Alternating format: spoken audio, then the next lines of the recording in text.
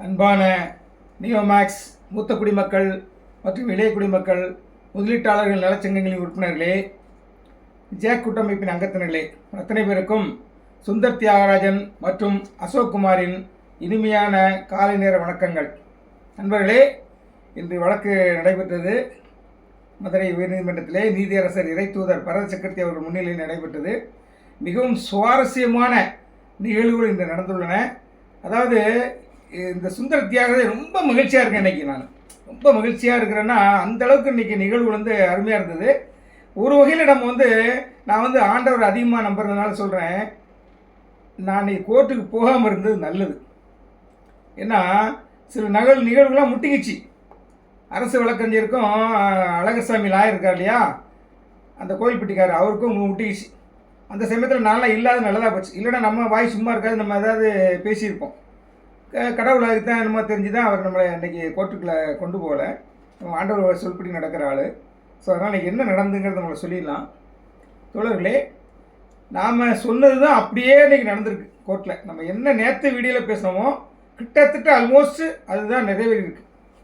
என்னென்னா 333 பிளாட் தான் so far sales ஆகிருக்கு. 333 பிளாட், எவ்வளவு? 333 பிளாட் தான் இது வரைக்கும் ஏலம் போயிருக்கு. அதில் 2 பிளாட் தான் ஆல்ரெடி முதல்ல வெளியே எடுத்துருக்காங்கன்னு சொல்லி வந்தாங்க இல்லையா, அந்த 2 பேர் பணத்தை கட்டிட்டாங்க. அந்த மாதிரி வர பணத்தை தான் அந்த 1 லட்சம் போட்டவங்களுக்கு அப்பாவி ஏழைகளுக்கு கொடுக்கலான்னு நான் ஆலோசனை சொல்லிகிட்டு இருக்கேன் வீடியோவில். அதனுடைய மதிப்பு பார்த்தீங்கன்னா 333 பிளாட்டுடைய மதிப்பு பார்த்தீங்கன்னா 47 கோடியே 40 லட்சம். 47 கோடியே 40 லட்சம் மதிப்புள்ள பிளாட்டுகள், 333 பிளாட்டுகள் ஏலம் போயிருக்கின்றன. சரி, அடுத்து அந்த ஏலம் எடுத்தவங்களுக்கு அதிகமாக எக்ஸஸாக எடுத்தவங்களாம் இருக்கிறாங்க.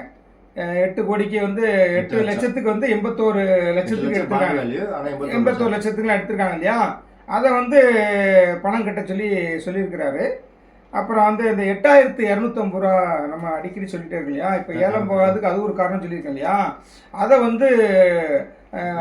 நம்ம சொன்னோம் இல்லையா, லாயர் சிங்கப்பன் சொன்னோம் இல்லையா, ரஜினி மேடம் அவர்கள் கேட்டதுக்கு அவர் அது எம்எஸ்டிசிக்கு போகிறாங்க, அது என்னங்க நம்ம பண்ண முடியும் அப்படிங்கிற மாதிரி சொன்னார்.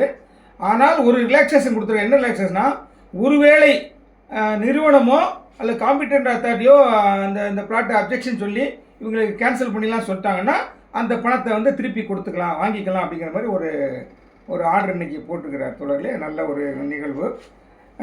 அடுத்து பார்த்தீங்கன்னாக்கா எவ்வளவு கோல்டு ஏலம் போயிருக்குங்கிற மாதிரி கேட்டார். 1,60 lakhs போயிருக்கு அப்படிங்கிற மாதிரி சொன்னாங்க. அவ்வளோதான் போயிருக்கான்னு அவர் ஆச்சரியப்பட்டார்.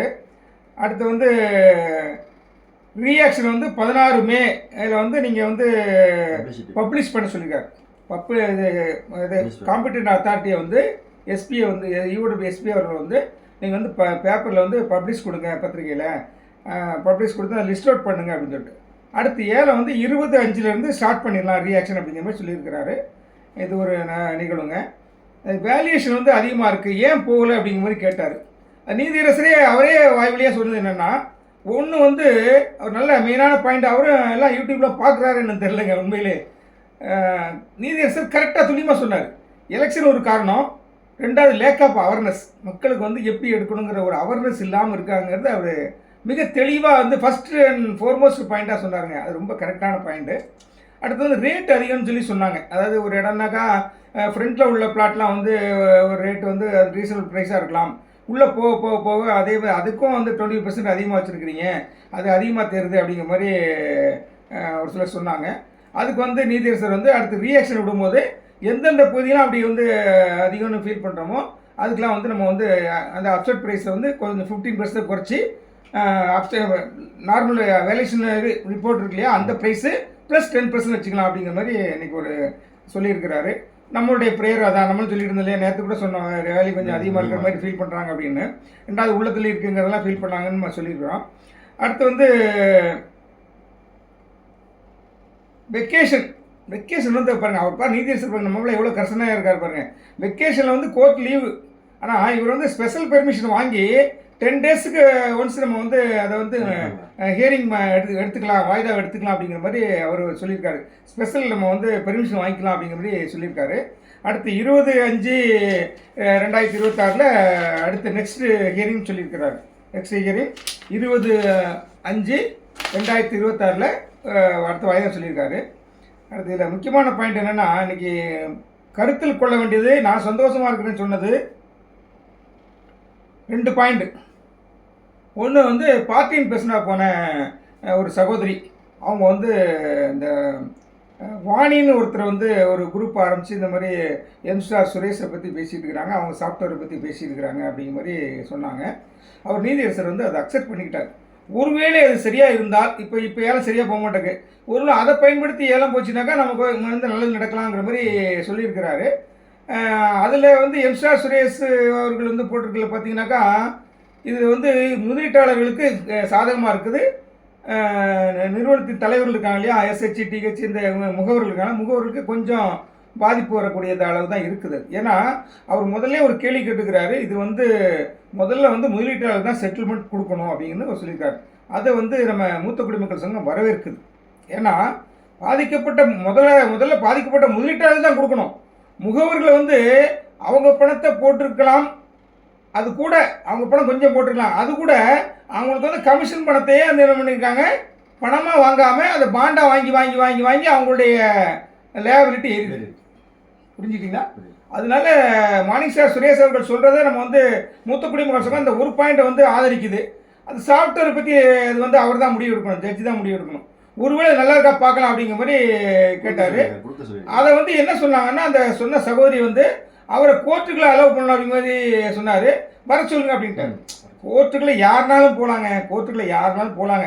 இதே மாணிக் சார் சுரேஷை பற்றி பேசிகிட்டு இருக்கும்போது தான் தூத்துக்குடியை சேர்ந்த ஒரு சகோதரி சென்னையில் அவர் இந்த ஒரு அக்யூஸ்டு, அவர் இந்த நிறுவனத்தில் சோனல் வெட்டு அப்படின்னு கத்துறாங்க.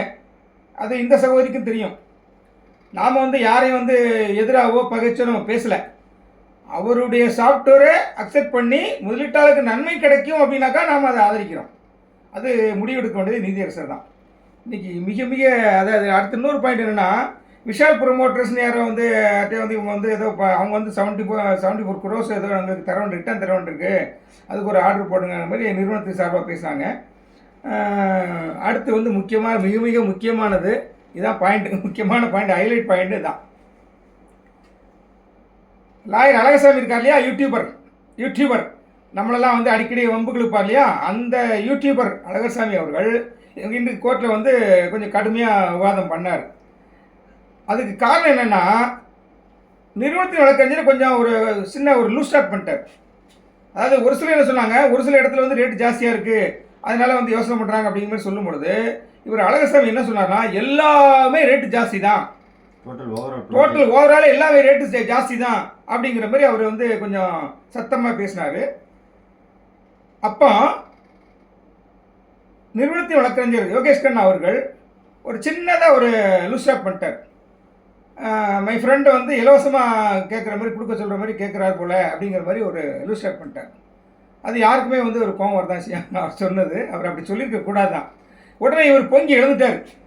நான் வந்து பாதிக்கப்பட்டவன் சார்பாக நிற்கிறேன், நான் வந்து பாதிக்கப்பட்டவன், நான் ஏன் இலவசமாக உங்கள்கிட்ட கேட்க போகிறேன், நான் ஏன் கேட்கணும், நீங்கள் இலவசமாக என்ன கொடுக்க போகிறீங்க, நான் விக்டிம்ஸாக தான் வந்து நிற்கிறேன் அப்படி இப்படின்னு கத்த ஆரம்பிச்சிட்டார்.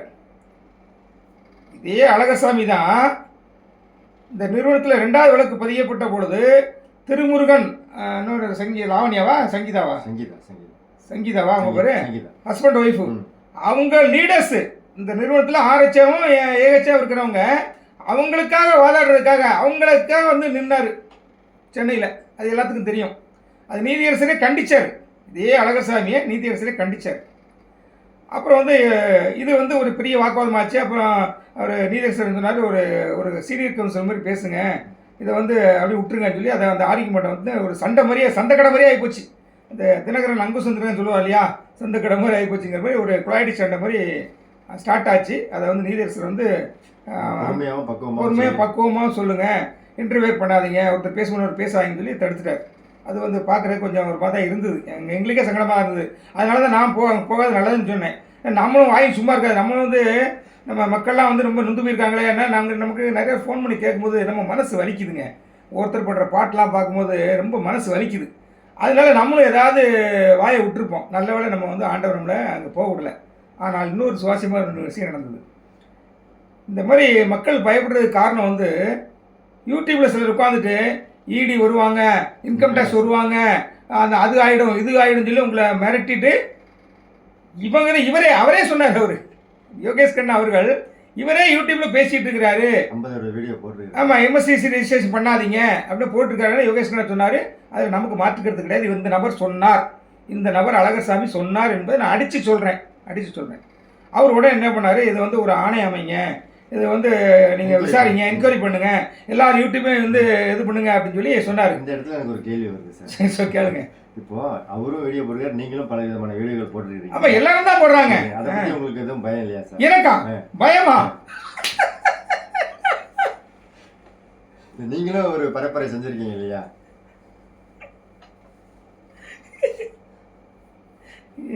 எனக்கு என்ன அசோக்குமார் பயம்?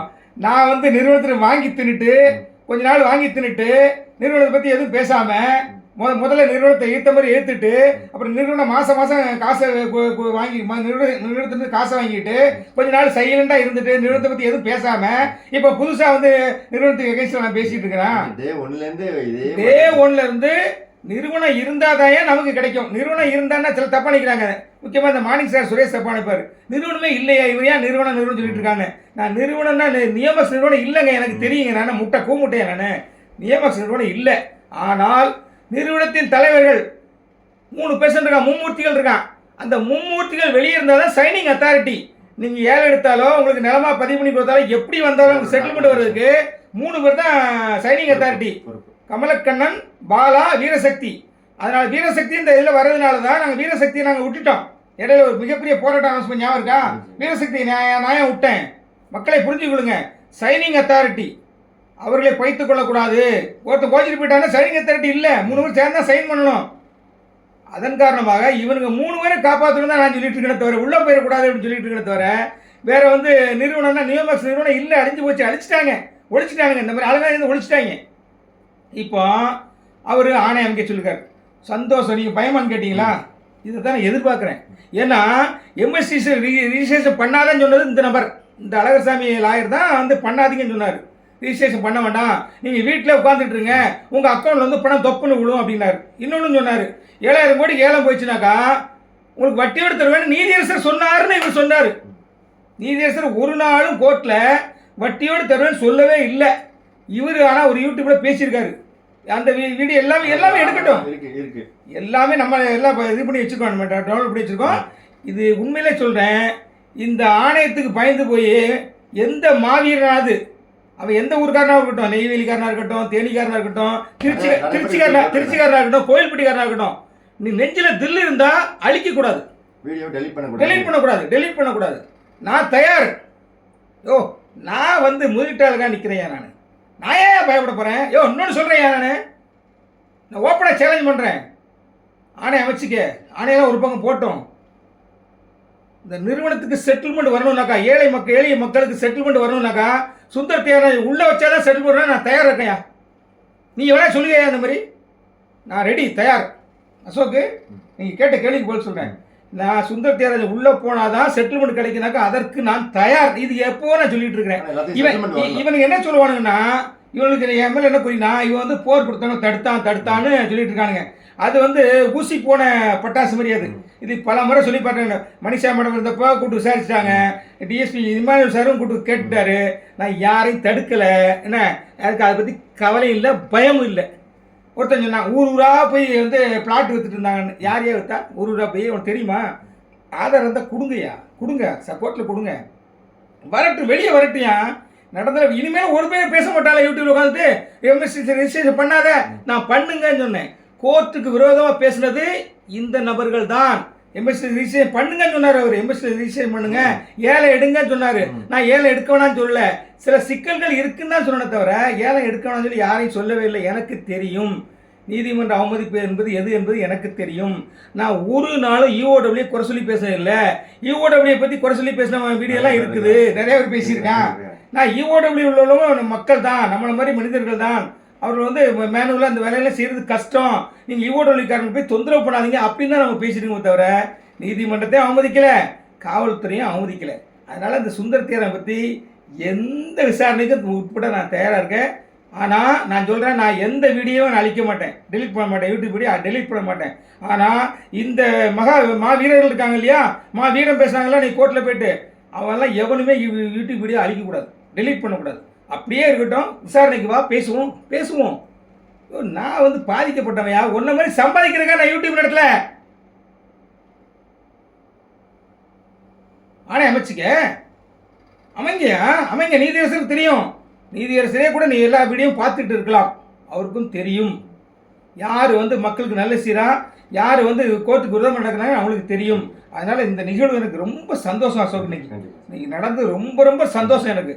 நான் திருப்பியும் சொல்கிறேன், மக்களுக்காக நான் உயிரை கூட கொடுக்க தயாராக இருக்கேன். அதில் நேற்று ஒரு நிகழ்வு நடந்துச்சு சார். சுவாரஸ்யமா மற்ற கோர்ட்டுக்கு வரேன்னு சொன்னவங்க வந்தாங்களா? அதில் சுப்ரீம் கோர்ட் சொல்லிட்டான்னு வரல நினைக்கிறேன். அவர் எப்பவும் அவர் தனியாக வர மாட்டார். அவர் வந்து அவர் பரிவாரங்கள் தான் அனுப்பிவிடுவார். அவர் வேற யாரும் பணம் கேட்டு வந்தாங்களா? வேற யாரும் பணம் கேட்டு பணம் தான் வேணும்னு சொல்லிட்டு வந்தாங்களா? அது ஒரு சிலர் கேட்டாங்க, ஒரு அந்த சகோதரி, அது ஒரு சிலர் இன்னொருத்தர் கூட கேட்டார். அப்போ அவரே திருப்பி கேட்டார், நீங்களே வழி சொல்லுங்கன்னாரு.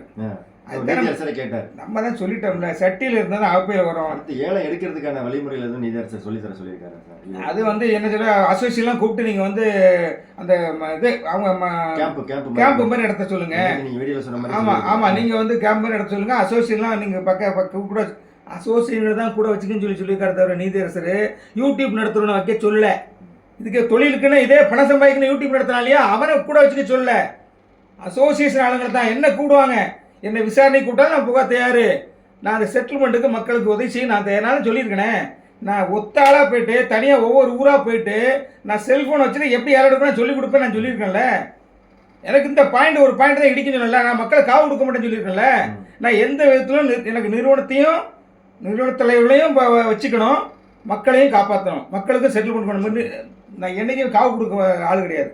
நான் வந்து நிறுவனத்தினுடைய முகவருக்கு நான் சப்போர்ட் பண்ணி போய் கோர்ட்டில் போய் நின்று பேசலை. இவர் அழகசாமி அப்படி தான் நின்னார் சென்னையில், அது எல்லாத்துக்கும் தெரியும். நான் ஓப்பனாக பேசுகிறேன், எல்லாத்துக்கும் தெரியும். ஆனால் இவர் வந்து நீங்கள் கேட்குறாரு, அவர் வந்து நம்மளெல்லாம் மனசு வச்சு பேசுகிறாரு. முக்கியமாக அப்போ அவருக்கு வந்து விரோதி யாருனாக்கா சுந்தர் தியாகராஜனும் மணிகண்டனும், தேனி மணிகண்டன் இருக்கா இல்லையா, 2 பேரும் விரோதி. அதனால் எல்லாத்தையும் எடுங்க ஆணை அமைங்க யாரும் சந்தோஷப்படுறாரு. வெளியில் பார்த்துட்டு இருந்த நான், இந்த ஆன்லைனில் பார்த்துட்டு இருந்த நான் குதிச்சேன், துள்ளி குதிச்சு கை தட்டினேன். நீங்க போடுற வீடியோஸ் எல்லாம் எல்லாத்துக்கும் எப்பொழுதுமே போதே சார். ஈஓடபிள்யூ போகுது, முதலீட்டாளர்களுக்கு போகுது, நானே அனுப்புறேன். இதே என்ன போகுது, நானே அனுப்புறேன். நானே ஈஓடபிள்யூ இன்ஸ்பெக்டர்ஸுக்கு அனுப்புவேன், சப் இன்ஸ்பெக்டர்ஸுக்கு அனுப்புவேன், டிஎஸ்பி சாருக்கே அனுப்பியிருக்கேன். நான் எல்லாம் என்னது பார்க்குறாங்க. நான் எந்த விதத்துலையும் நீதிமன்றத்துக்கோ காவல்துறைக்கோ எதிராக நான் பேசுனதும் நல்ல, பேசக்கூடியவன் நல்ல, பேசவும் மாட்டேன். ஏன்னா அவங்கெல்லாம் வந்து பாடுபடுறாங்க, கஷ்டப்படுறாங்கிறது எனக்கு தெரியும். ஆனால் எவன் வந்து எம்எஸ்டி ரிஜிஸ்டர் பண்ணாத, நீ வீட்டில் படுத்துக்கிட, உனக்கு வந்து பேங்க் அக்கௌண்ட்லேருந்து பணம் தொப்புன்னு விழுன்னு சொன்னானோ அவன்லாம் இதில் மாட்ட போகிறான். அதுவும் சட்டம் தெரிந்தவரே இப்படி பேசுகிறாங்க போது, இப்போ நான் பேசியிருந்தா கூட என்ன வந்து தெரியுமா, ஒருவேளை நான் பேசுகிறது ஏதாவது குற்றம்னு கண்டுபிடிச்சா கூட நான் சொல்லிடுவேன், சார் நான் சட்டம்லாம் படிக்கலை, ஏன்னா நான் பேசுகிறது உண்மைதான், நான் மறுக்கலை அப்படின்னு சொல்லி நான் சொல்லிட்டு வந்துடுவேன். இல்லை உள்ளே நீங்கள் தண்டனை கொடுத்தீங்கன்னா கொடுங்கன்னு சொல்லிட்டு போயிடுவேன். நான் அப்படி எதுவும் பேசலை. நான் வந்து நிறுவனத்துக்கு ஆதரவாக மட்டும் பேசலை, முதலீட்டாளருக்கும் ஆதரவாக தான் பேசியிருக்கேன். அது ஒரு பாயிண்ட்டு. ஆனால் சட்டம் தெரிஞ்சவர்களே, நீதிபதி வந்து வட்டி கொடுப்பாரு, 7,000 கோடிக்கு வேலை போயிடுச்சுனாக்கா வட்டி கொடுப்பார், வட்டியோடு செட்டில்மெண்ட் பண்ணுவார் அப்படின்னு நான்லாம் எங்கேயுமே சொல்லலை. ஒரு சிலர் போல் சட்டம் படித்து சொன்ன மாதிரி நான் சொல்லலை. அதனால் எனக்கு அதை பற்றி பயமே இல்லை. நீங்கள் கேட்ட கேள்விக்கு அதனால சிரிச்சிட்டேன். மக்களே, நான் சிரிச்சை பார்த்து நீங்கள் வந்து வருத்தப்படாங்க. ஆனால் என்னுடைய ஆவேசம் உண்மை. என்னுடைய சிரிப்பு வந்து உண்மையிலே வந்து இந்த பொதுத்தளத்தில் நீங்களாம் வைத்திருக்கும் நான் சிரிச்ச தப்புன்னு கூட நினைக்கலாம். ஏன்னா நம்மளே நொந்து போயிருக்க சிரிக்கிறதா நினைக்கலாம். ஆனால் அது என்னுடைய மனசு இருந்த ஒரு எதிர்பார்ப்பு. இந்த மாதிரி ஒரு ஆணை அமைக்கணும், இந்த யூடியூப்லாம் வரைமுறைப்படுத்தணும், நீதிமன்றத்துக்கு எதிராக அதை பேசிகிட்டு இருக்காங்க அப்படிங்கிறது என்னுடைய அந்த அவாவை இன்னைக்கு வந்து நிறைவேற்றிட்டான். அவா யார், கோவில்பட்டிக்கார அவா வந்து நிறைவேற்றிட்டான். அது சந்தோஷம்தான். ஆனால் நான் ஆவேசமாக பேசுனது, இந்த முதலீட்டாளர்களுக்கு செட்டில்மெண்ட் வரக்கூடாது, இதை வச்சு நம்ம சம்பாதிக்கணும்னு சில குள்ளநெறி கூட்டங்கள், ஓநாய்கள் அலைந்து கொண்டு இருக்கின்றன. அந்த ஓநாய்கள் தான் பயப்படணுமே தவிர நான் ஒரு காலம் பயப்பட மாட்டேன். அசோக்கு ஒரு காலம் பயப்படவே மாட்டேன். பயப்பட அவசியமே இல்லை. நான் தான் ஓப்பனாக சொல்கிறேனே, இந்த சுந்தர் தேர்தல் உள்ளே வச்சா செட்டில்மெண்ட்டு வந்துடும் அப்படின்னு நினச்சிங்கன்னா தாராளம் நான் உள்ளே போக தயாரியா, அந்த உயிரே கொடுக்குறேன்ட்டேன். நேற்று யூடியூப் போட்டப்போ ஒருத்தன் அவன் பேரில் எருமன்னு வச்சுருக்கான். எருமை மாடுன்னு எருமை மாடுனே ஒரு பேர் வச்சிருக்கான். அவனுடைய பேரே எருமை மாடுன்னு வச்சு ஒரு எருமை மாடு எனக்கு பதிவு போடுறான் அன்னைக்கு நேற்று. இந்த ஆள் தான் ஏலம் விடக்கூடாதுன்னு சொல்லி நான் உயிரை கொடுத்து தடுப்பேன்னு சொல்லி சொன்னான் அப்படின்னு. கூமுட்டை நான் சொன்னது வந்து பேரன் லேண்டுகளை சொன்னேன். பேரன் லேண்டுகள் ஏலம் விட்டா நமக்கு நஷ்டம். ஏன் நீங்கள்லாம் ஒத்துக்கிட்டீங்கன்னா எனக்கு என்ன வேத்தாயா வடியுது? பேரன் லேண்டை அப்படி விட்டுட்டு போட்டோம், யாராவது ஆட்டையை போட்டோம். எனக்கு அதை பற்றி அக்கறையே கிடையாது. நான் வந்து பேரல் விட்டா நமக்கு தான் நஷ்டம். நான் முதலீட்டாளர்கள் சார்பாக நான் பேசிகிட்டு இருக்கேன். நிறுவனத்தின் சார்பாக முதலீட்டாளர்கள் தான் எப்போவுமே நான் இப்போ சொல்லிட்டு இருக்கேன். இப்போ மார்னிங் சார் சுரேஷனுடைய சாஃப்ட்வேர் எடுத்தாங்கன்னா உண்மையிலே அவர் வந்து நிறுவனத்தில் முதலீட்டாளர் தான் முதல்ல கொடுக்கணுனாக்கா அதை வரவேற்கிற ஒரே முதலாள் நானாக தான் இருப்பேன். ஏன் நானே அடிக்கடி நேற்று கூட வீடியோவில் சொல்லியிருக்கேன். நிறுவனத்துக்கு கையில் கொடுத்துட்டா நிறுவனத்தார் என்ன பண்ணுவான், முதல்ல தலைவர்களுக்கு கொடுக்க மாட்டான், முதலீட்டாளருக்கு முதல்ல செட்டில் பண்ணுவான்னு சொல்லியிருக்கேன். அந்த முதலீட்டாளர்களையும் கடைசியாக போட்டு ஏமாந்து நிற்கிறான்ல. ஒரு மாதம் கூட அந்த இன்சென்டிவ் தொகை வட்டி தொகை வாங்காமல் கடைசி மாதம் 23ஆவது வருஷம் மே மாதம் போட்டு ஒரு மாதம் கூட இன்ட்ரெஸ்ட் வாங்காமல் இருக்கான் இல்லையா, அவனுக்கு தான் முதல்ல கொடுக்கணுமே. நான் மனிதாமனம் உள்ளவன், அவனுக்கு தான் முதல்ல கொடுக்கணும். 1 லட்சம் 2 லட்சம் போட்டவங்களுக்கு பணமாக கொடுக்கணும் இப்படின்னு சொல்கிறாள். நான் எந்த ஆணையத்துக்கும் தயாராக இருக்கேன். அதாவது தோழர்களே, நீங்கள் இன்றைக்கி நல்ல சுவாரஸ்யமாக நீங்கள் நிகழ்வு நடந்தது. இன்றைக்கி ஆன்லைனில் பார்த்தவங்க நேரில் பார்த்தவங்கலாம் கொடுத்து வச்சவங்க நல்ல நிகழ்வு. இன்றைக்கி வந்து சகோதரிமாரெலாம் நல்லா தான் இன்றைக்கி பேசுனாங்க, எல்லாமே நல்லா தான் பேசுனாங்க. ஆனால் பணமாக வேணும்னு நான் நேற்று சொன்னேன், போய் உள்ளே போய் கேளுங்கய்யா, எங்களுக்கும் நன்மை கிடைக்கும், போய் கேளுங்கன்னு ஒரு நண்பர் கேட்டார், ஒரு சகோதரர் கேட்டார். நான் அவரை வந்து பாராட்டுறேன். ஆனால் வழி இல்லைன்னு எனக்கும் தெரியும், வழி இல்லை. அவரே அதான் கேட்டார், நீங்களே வழி சொல்லுங்கன்னு சொன்னார். அதுதான் அசோக்குமார். அதனால் வந்து நல்லது நடக்கும். சீக்கிரம் வந்து நம்ம வந்து எல்லா யூடியூபரும் வரட்டும். அதுக்கு மேலேயாவது எவனாவது இந்த நீதிமன்றத்துக்கு எதிராக பேசாமல் இருப்பான். நீதிமன்றத்துக்கு எதிராக பேசுகிறான்னா அவன் வந்து என்ன நினச்சிட்டு பேசுகிறான்னா, நீதிமன்றத்துக்கு எதிராக பேசலை, அவன் யாருக்கு எதிராக பேசுகிறான்னு நிறுவனத்துக்கு எதிராக பேசுகிற மாதிரி பேசிட்டு நீதிமன்றத்தை அவமதிக்கிறான். புரியுதா? அவனுக்கு நிறுவனத்திலிருந்து போயிட்டு இருந்த கப்பை நின்று போச்சு. இந்த கப்பை நின்று போனாலும் நிறைய பேர் என்ன பண்ணுறான், ஒரு சிலர் நிறுவனத்தை எதிர்க்கிற மாதிரி இந்த நீதிமன்றத்துக்கு எதிராக சில குட்டை குழப்பி பேசிகிட்டு இருக்கிறானுங்க. அது தெளிவாக தெளிய வரும், விசாரணை தெளிய வரும். அதுக்கு நான் வந்து மனதார நான் வரவேற்கிறேன். நன்றி தோழர்களே, நன்றி.